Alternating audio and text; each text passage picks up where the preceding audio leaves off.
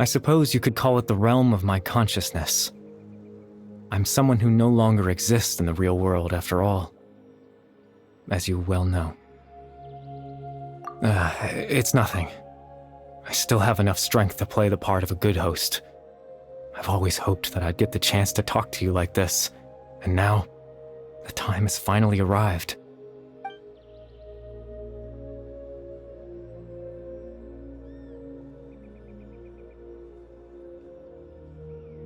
Extreme sorrow and pain, hope and regret coursing through your veins, and a degree of abyssal power that defies comprehension. Father told me that once I possessed all those elements, I would become the loom of fate. But despite his intentions for me, I never truly became the loom of fate. I was merely used as a means for its construction. In truth, I died the moment I set everything in motion. The person you see before you now is nothing but a remnant of consciousness left over within the loom of fate.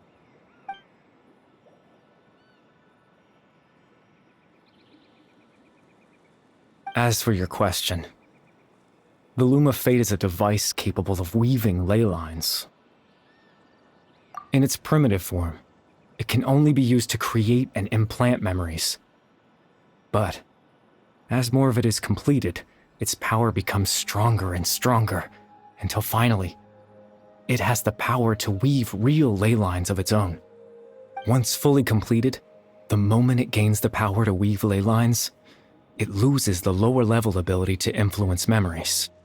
But it also becomes a tool that can change the entire world. Yes, I have the ability to control the loom in its semi-completed form. I suppose you can think of it as a form of compensation. After all, its existence cost me my life.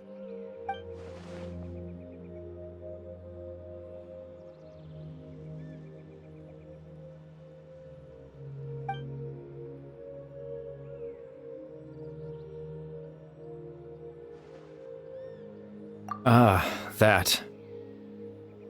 I was wrong to implant those memories. I'm sorry I caused so much trouble. Not only for everyone in the village, but for you as well.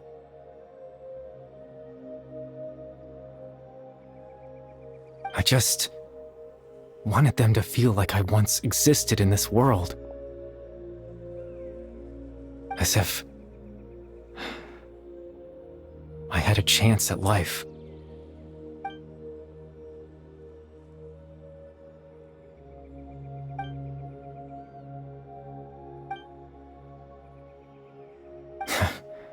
I know what you must be thinking. Why would I do something so meaningless? But I just couldn't accept it. I had to know what it would be like if I had my own life. What kind of person I would be. What other people would think of me.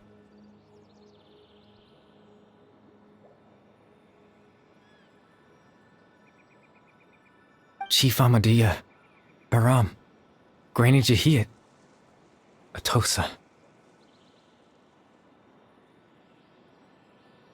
What would it be like if I could live alongside them? No cataclysm, no curse. Just a quiet life in a peaceful village. I was curious, so I selfishly tried to have my own life. Even if that meant piecing together the version of myself that could have been. One memory at a time. I know it sounds stupid. After all, my life ended a long time ago.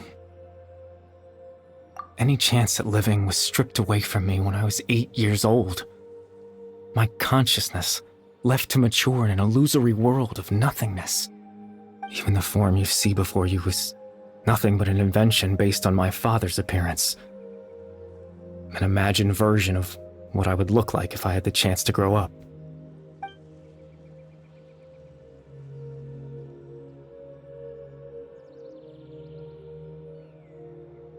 I know. But there's nothing I can do to make them find me. If I could exist in the real world, I would return without a second thought and surprise them with the suddenness of it all. But, well, that's not possible for me.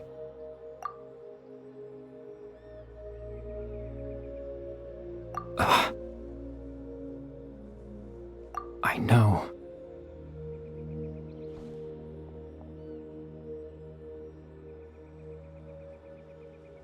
Captain Dainsleif.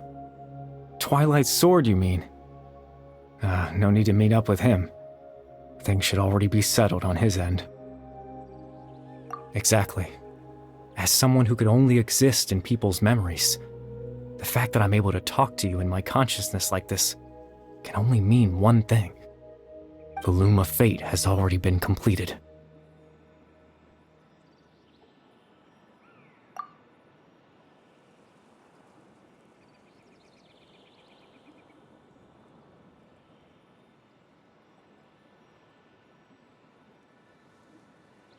No need to worry about Captain Dainsleif. He's absolutely fine.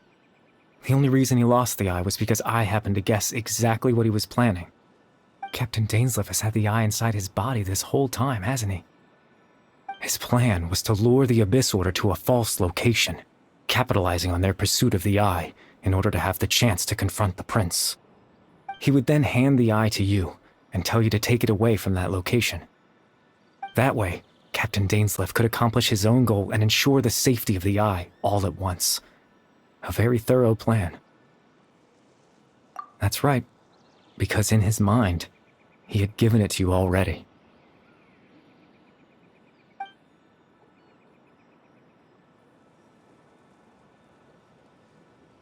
Before you two entered that false location. Traveler, wait.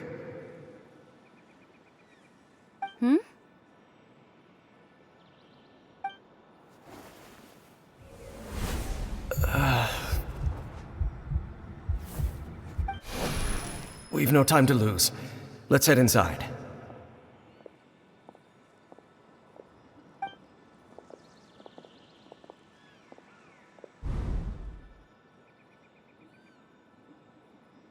That was when I implanted the memory of him handing you the eye. Given the tense situation at that time, Captain Dainsleif failed to notice anything out of the ordinary, and took that memory to be real. I'm sorry, Traveler, but I needed the Loom of Fate to be completed.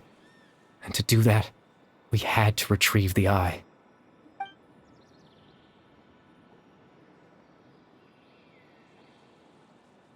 I promise I'm not trying to conceal anything from you, but I truly have no idea what the prince is planning. Tevat's ley line system is deeply entrenched in the planet. Creating new ley lines can neither replace nor extend the ones that already exist. In the face of everything they could be planning, I fear I'm too insignificant to even get a glimpse of the bigger picture. In any case, I had my own use for the Loom of Fate, and my goal, at least, has been achieved. You remember my father, don't you? Clotar Alberic. I believe you saw him in your sibling's memory. After he used the power of the Abyss to restore consciousness to my hilichurl form, I suffered from an indescribable level of mental anguish. To comfort me, my father told me a story, that this was a fairy tale world where I had to take on the form of a little monster. That story managed to dispel my fears, even if just for a moment.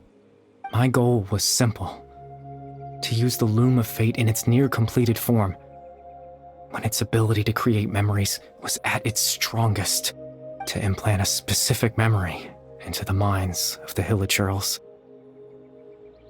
In that memory, I would tell them a story, just like my father did for me. It was a story of fairy tales and love. But more than anything, it was the story of us.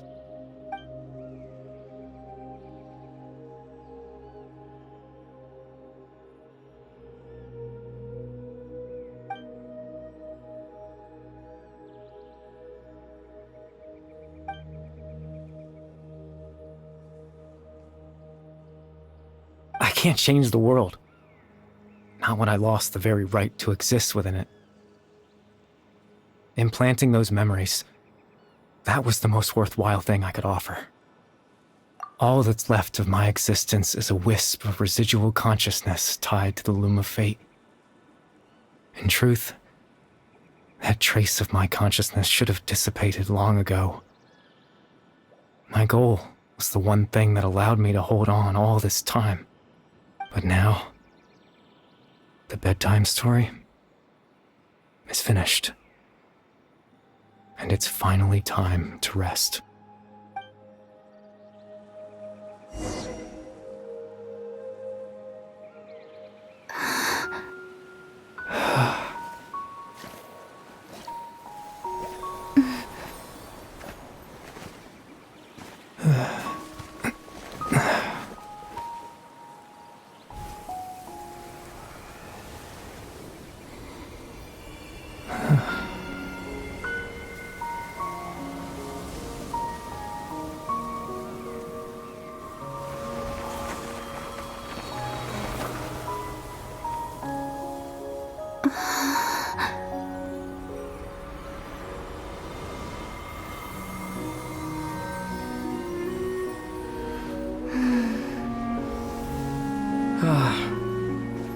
Looks like I was too late to see Kari Bear one last time.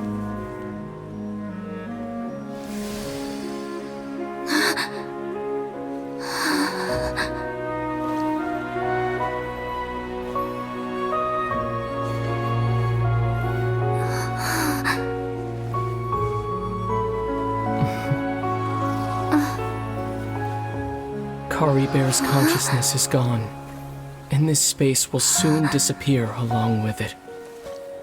Neither of us belongs here. That's why we're not tangible. Were that not the case, I'd love to hug you too.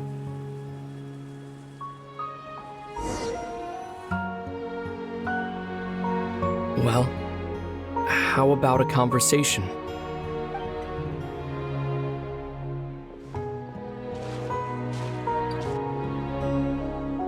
The chance to just stop and talk like this is certainly not easy to come by. Wouldn't you agree? That battle earlier was tough. The one against Dane, I mean. I didn't expect that after everything, he would still hesitate to raise his sword against me. Were it not for that, perhaps I'd still be no match for the Twilight Sword. Even after 500 years. The Loom of Fate, huh? I still haven't found a way to utilize it to its full potential. But there's still time. Before the heavenly principles awaken. Yes, for 500 years now, ever since the cataclysm in Conria, there's been no sign of activity. Not long ago, you witnessed the Hydro Archon destroy her divine throne. Yes, such a flagrant disregard for the rules, and still Celestia took no action. I suppose that's proof enough of the Heavenly Principles situation. However, the Heavenly Principles will awaken. We just don't know when that will be, or what might trigger it. You could say that. Just look at Kari Bear. He was so pure and single-minded. The space we now find ourselves is a perfect representation of who he was. Quiet and peaceful. Even as a hilly churl, seeing the terrible sight within the mirror wasn't enough to taint his spirit. He brought comfort to the people of this world, even though he was denied the very right to be a part of it. So ask yourself this. Who was it that deprived him of that right to exist? Of course, that's only one example. My feelings about the Heavenly Principles are too complicated to explain in just a few words.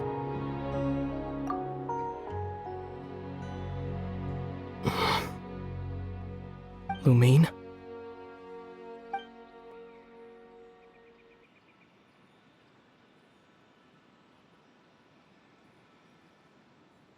You're the only one in this world who calls me that. There's so much I wanted to ask you. But for some reason, I'm not interested in asking those questions right now. There's just one thing I have to ask. One thing I could never understand. Why? Why can't we continue our journey together?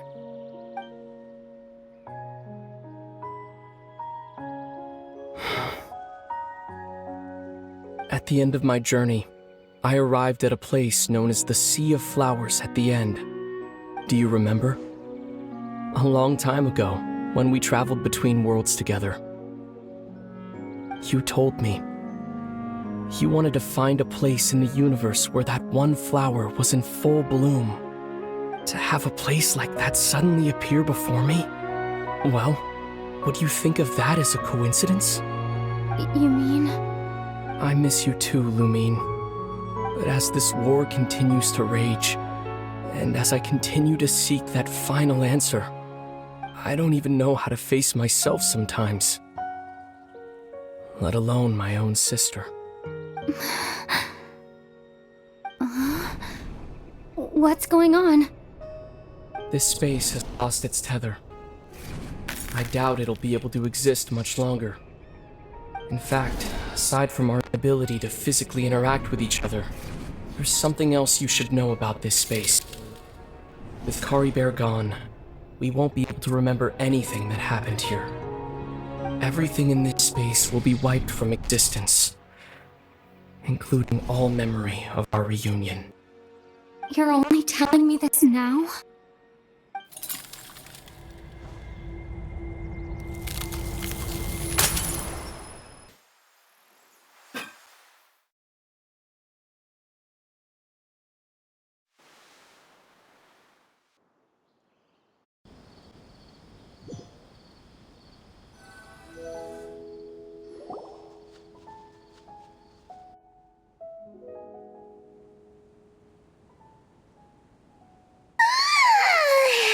Still so sleepy. Paimon's head feels all fuzzy. Oh, Paimon woke up a little earlier than you, so Paimon will fill you in. The villagers said that they saw us sleeping near the village yesterday. They couldn't wake us up no matter how hard they tried, so they decided to just bring us back here. Oh, and Dane came by just now. It looked like he was injured. He didn't say anything, though. Just made sure that you were all right and left. Kinda seemed like he had a lot on his mind, but that's Dane for ya. Let's think for a second. We were in that memory, and we saw that guy you called Kari Bear. He was the missing villager that we've been trying to find, right? And after that, Paimon doesn't remember what happened. Wait, really? What a score!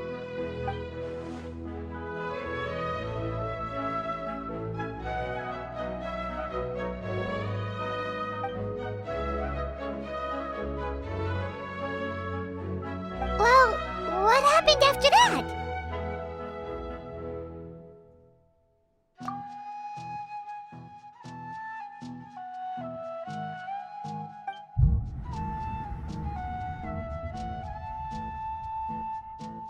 Ah, there you are.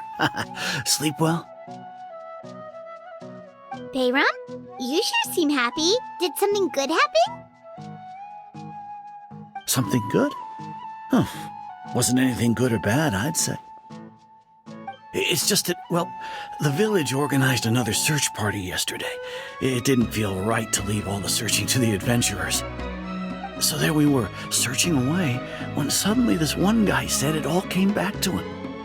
According to him, one day around dusk, he was passing by this one tree outside the village, and he saw our missing villager. There he was, sleeping under that tree all by himself. His parents came a little later to wake him up, and they all left together. They looked like quite a happy family, apparently. And after that, well, we all started to feel like that really is what happened. Kind of strange that we forgot all about it for so long.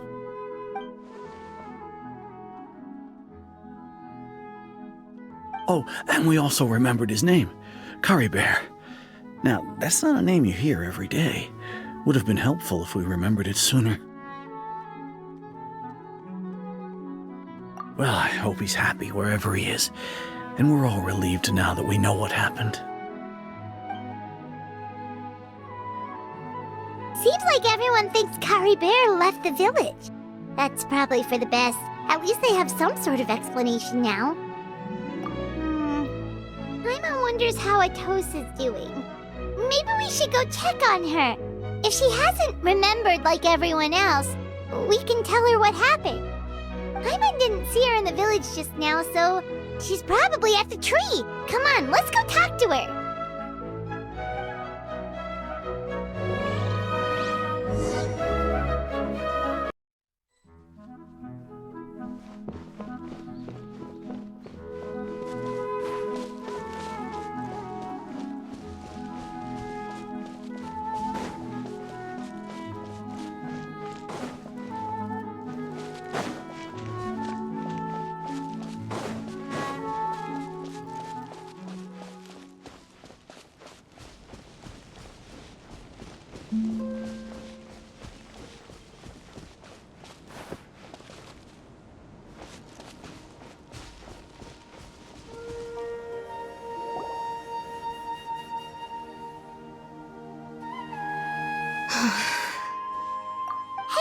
How's it going? Oh, it's you two. I was just about to go looking for you. I wanted to thank you. I was part of the search party, so I remember what happened to Curry Bear now. Honestly, I just can't believe I forgot something so important. It's funny, but I have this feeling he told me the same thing. I just can't seem to remember when.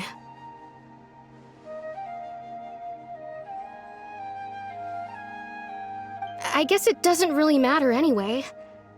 Life is made up of a series of memories. As long as I hold on to our time together, he'll always be a part of my life. I'm just happy I got to meet him. So, who cares what happens in the future, right?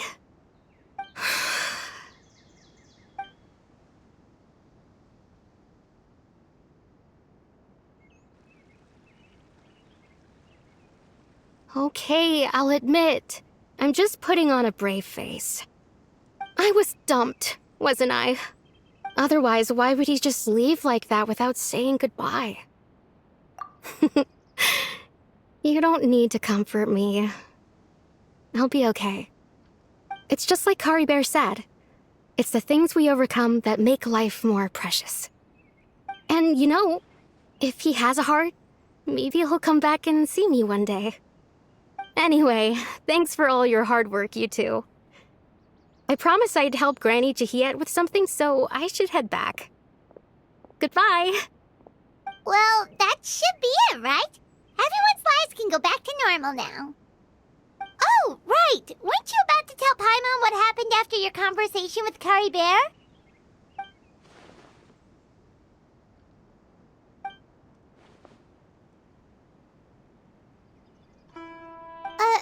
A picture? Where'd that come from? Let Paimon see!